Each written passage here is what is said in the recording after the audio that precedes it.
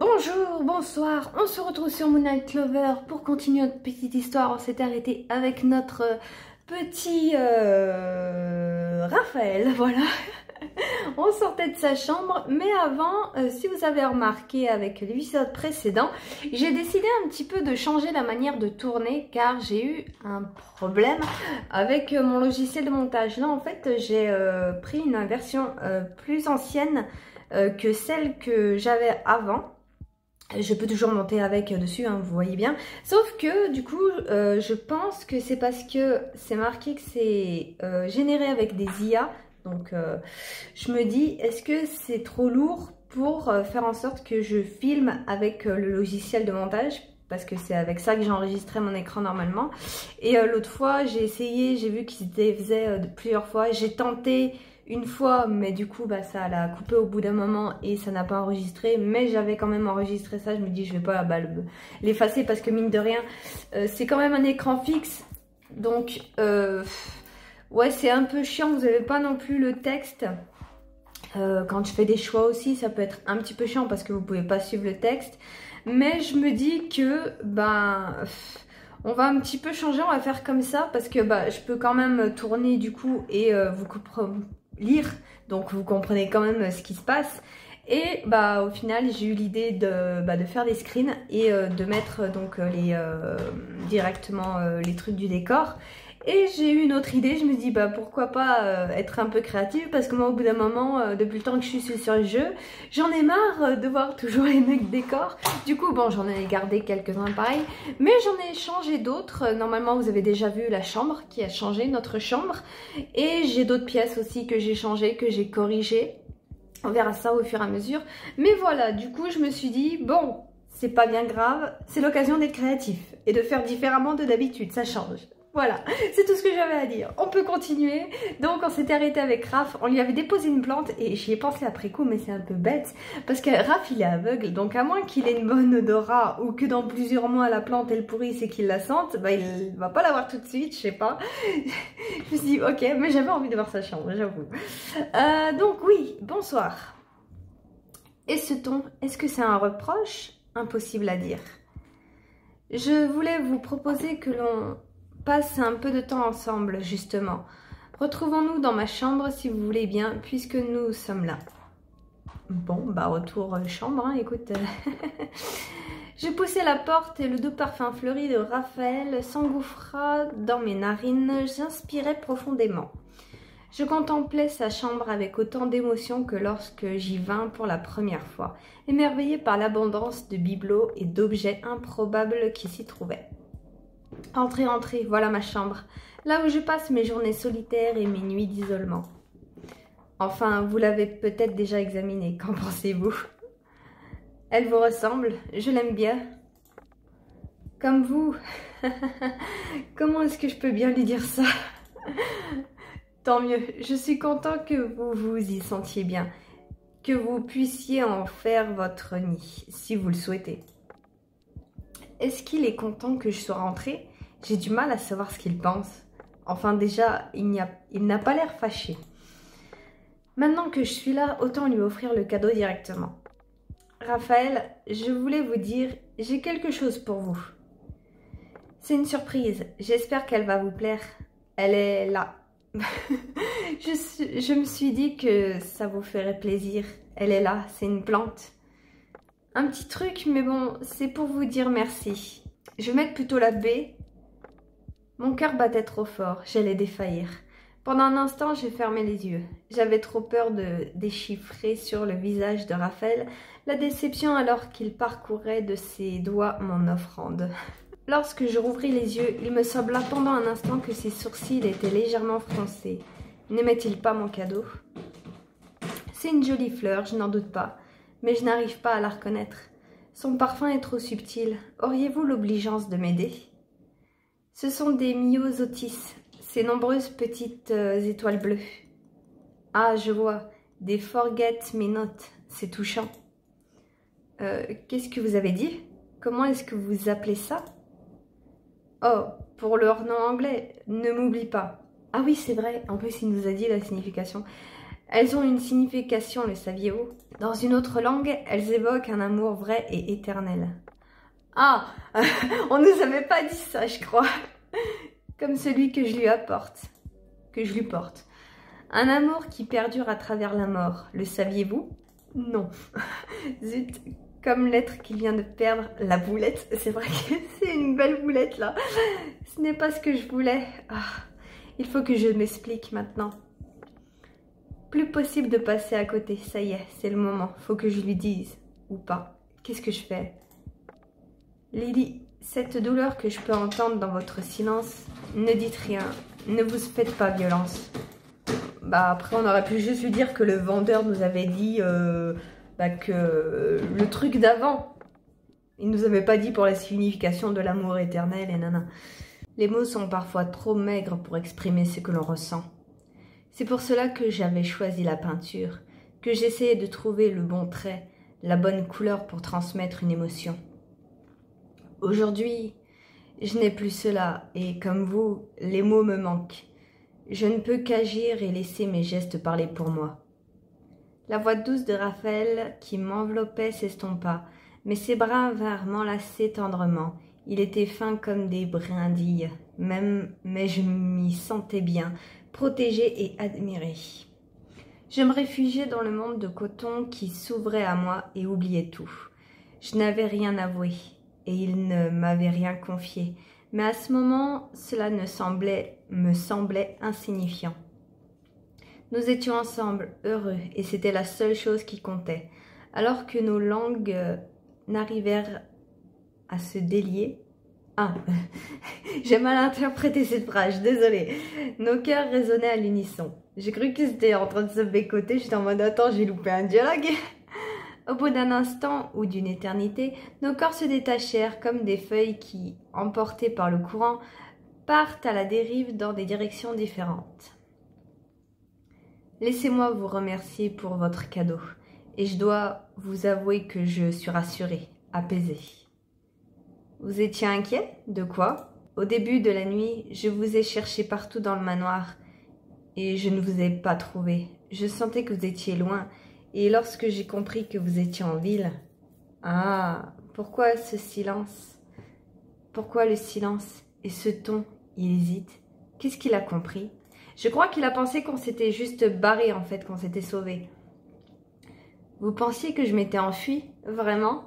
Vous pensiez que je me promenais avec quelqu'un d'autre? Oh, vous auriez voulu être là? Plus là. Ah non, ça semble plus logique. Bon, allez, on va tenter, on verra bien. Non, je vous avoue, cela ne m'a même pas traversé l'esprit. Ah, ah bon? Et de toute manière, je ne vous aurais jamais retenu, jamais contrainte. Oui, mais t'aurais pu te dire, ah tiens, elle s'est barrée, elle en avait marre de moi. Tu as le droit, hein? Mais si j'ai bien tout compris, jusqu'ici, ça voudrait dire qu'il abandonnerait sa vie. Est-ce qu'il est altruiste à ce point ou est-ce que c'est parce qu'il tient à moi? C'est parce qu'il ne te voit pas comme un objet.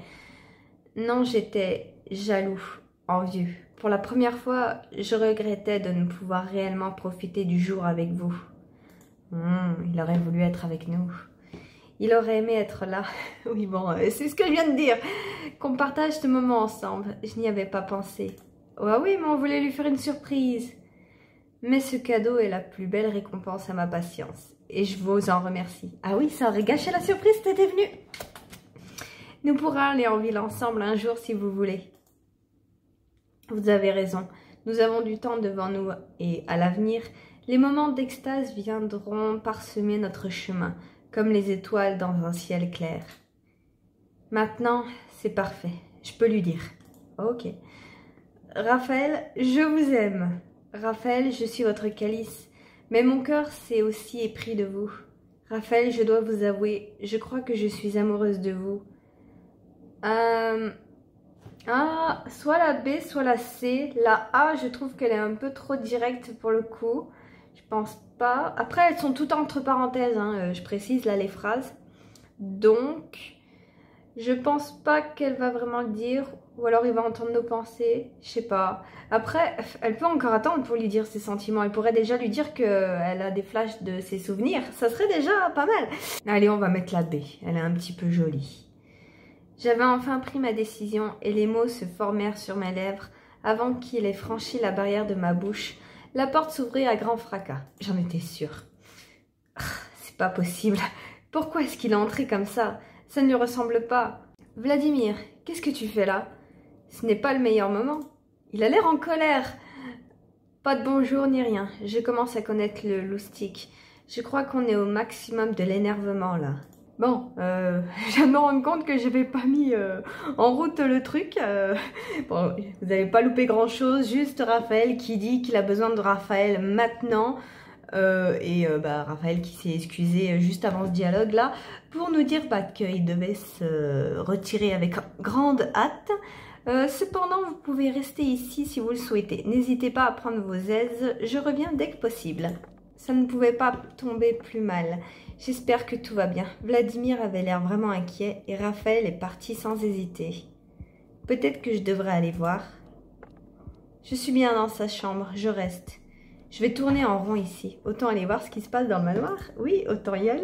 Pourquoi rester dans le manoir? Enfin, dans la chambre, pardon. J'avais espéré que mes nerfs se calmeraient en passant le pas de la porte, mais mon cœur ne cessait de s'affoler. J'avais l'impression d'être un insecte prisonnier d'une toile d'araignée, de lutter contre un destin implacable qui empêchait notre amour de s'épanouir.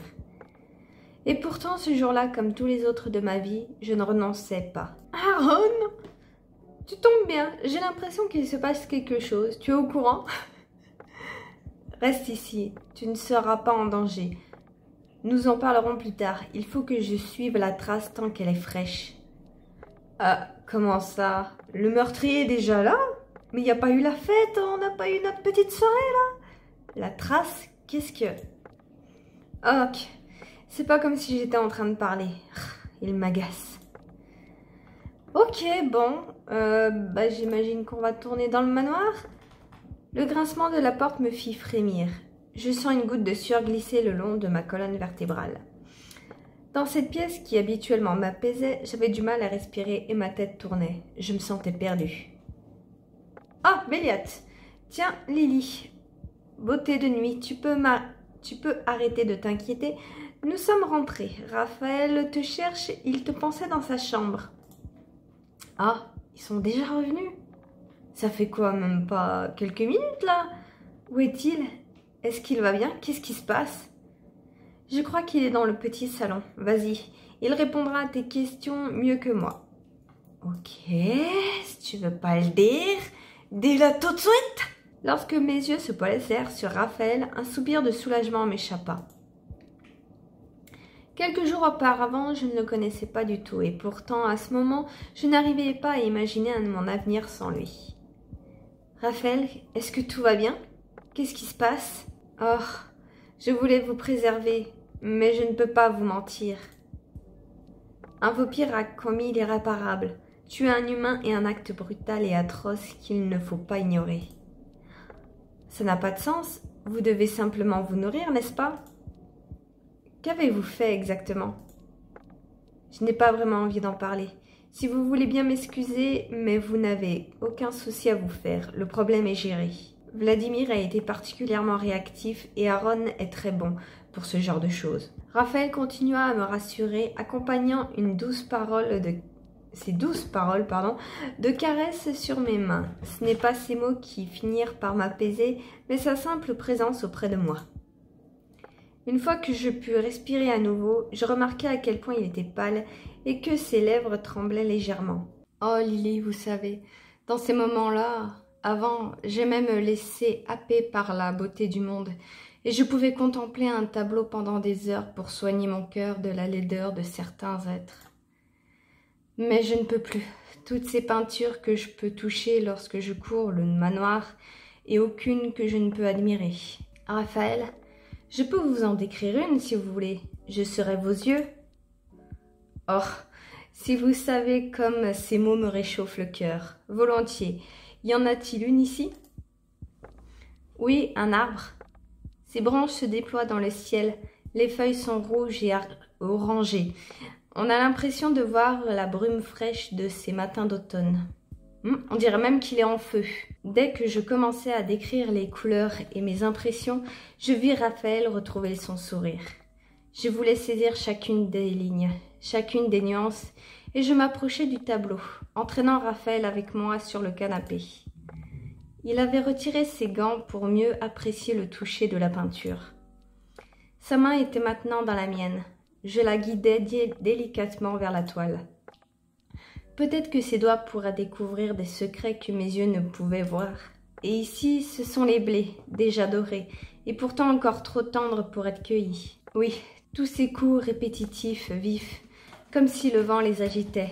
C'est un beau jour d'été, mais l'air est frais encore. Début du printemps. Nos doigts étaient entrecroisés et sa tête reposa un instant sur mon épaule. Lorsque je n'eus oublié aucun détail du tableau, je tentais d'imaginer l'histoire des hommes et des femmes que je voyais dans le champ, et Raphaël m'accompagna dans ce monde. Tu n'as pas obtenu d'illustration cette fois, n'hésite pas à rejouer ce chapitre. J'ai pas eu Lilu. Bon, je la mets au montage, comme d'habitude, ça ne change pas. Nos corps étaient blottis l'un contre l'autre, et nos esprits étaient partis loin de la réalité, cruelle. Ensemble, nous avions construit notre refuge, et là-bas, nos deux êtres n'étaient plus qu'un. Je n'arrivais plus à distinguer là où s'arrêtait la conscience de Raphaël et là où commençait la mienne. Était-ce cette impulsion de me perdre un peu plus dans lui qui me poussa à lui faire cette proposition? Ou avais-je senti son besoin de réconfort, son désir de retrouver des forces? Quoi qu'il en soit, un murmure s'échappa de ma bouche, collé à son oreille. « Oh, Raphaël, veux-tu me mordre ?» J'ai cru qu'elle allait en profiter pour lui dire « je t'aime ». Pour toute réponse, il hocha la tête brièvement et se pencha un peu plus sur moi. Je ne sentis pas ses crocs dans ma chair, cette fois-là. Je ne sentis pas mon sang s'écouler hors de moi. Je pris simplement conscience de la chaleur qui envahissait mon corps au fur et à mesure que je me délectais d'un nectar sucré et précieux. Tout était parfait et j'aurais aimé que ce moment dure toujours. Attends, je viens de lire la phrase du point de vue Raphaël, là, ou c'est moi qui ai mal lu? Oh, on se demandait ce que vous faisiez. Eh bien, tu ne chômes pas, Raph. Oh, ma tête, je me sens pas très bien. Et qu'est-ce qu'il fait là, lui? C'est privé. Je parie que j'ai les joues rouges pivoines. C'est vrai qu'ils ont le chic pour tous débarquer au pire moment. D'abord Vladimir, maintenant Béliat, ensuite ça sera Aaron qui va s'incruster dans notre chambre. Il l'a déjà fait une fois, donc au pire. Béliat, tes manières laissent à désirer. Qu'est-ce que tu fais là? Bon sang, il est en colère, tu m'étonnes. Je ne pensais pas déranger, mais allez-y, continuez. Ne faites pas attention à moi. Je vais m'installer là, dans le coin, tranquillou. Allez-y, allez-y. Veux-tu bien, je te prie, nous dire pourquoi est-ce que tu nous as dérangés de la sorte? Parce que je pensais vous trouver en train de déprimer, comme tous les autres. Et avant de me coucher, j'ai eu une idée parfaite pour changer les esprits de tout le monde. Eh ben, on t'écoute. Tu peux couper la pause dramatique? Un bal. On va avoir notre bal quand même! Rien de tel que des festivités pour monter le moral. Et ça me semble très approprié pour vous deux aussi. Si je pouvais en placer une. Qu'entends-tu par là, Béliat? Rien du tout, voyons. Enfin, je vous laisse. Vous avez l'air bien occupé. Oui, ça aurait pu attendre alors. Juste pour nous dire ça, il aurait pu attendre le lendemain, je sais pas. Béliat s'éclipsa comme il était venu, sans un bruit, et nous nous regardâmes. Mais le moment était passé. Tout s'était arrêté si brutalement que je n'étais pas encore tout à fait revenue à la réalité. Mon cœur battait la chamade. Une nausée m'envahissait. La descente sur la terre était brutale. À ce point. Je pouvais encore sentir faiblement la frustration de Raphaël, qui faisait écho à la mienne. Nous nous levâmes et je m'appuyai sur le bras de Raphaël jusqu'à la porte de ma chambre. En une nuit, j'avais vécu l'enfer et le paradis. Et mon cœur était fatigué de ces montagnes russes. Une vague d'espoir s'infiltra en moi quand les lèvres de Raphaël effleurèrent mes cheveux pour me souhaiter une bonne nuit. Demain serait une nouvelle nuit et je me couchais sereine. Et on termine le chapitre. Et chapitre 4. Dites donc. Ce jour-là, je m'étais réveillée de bonne heure. Le soleil était encore haut dans le ciel, mais j'avais beau me retourner et me retourner dans les draps, le sommeil m'échappait. Je n'avais pourtant aucune envie de me lever et retrouver le manoir silencieux et immobile.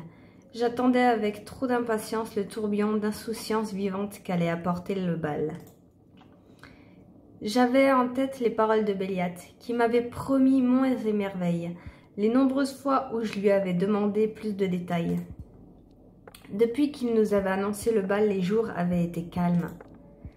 J'avais passé beaucoup de temps à lire, à côté de Raphaël, et les autres vampires avaient été particulièrement occupés ou introuvables.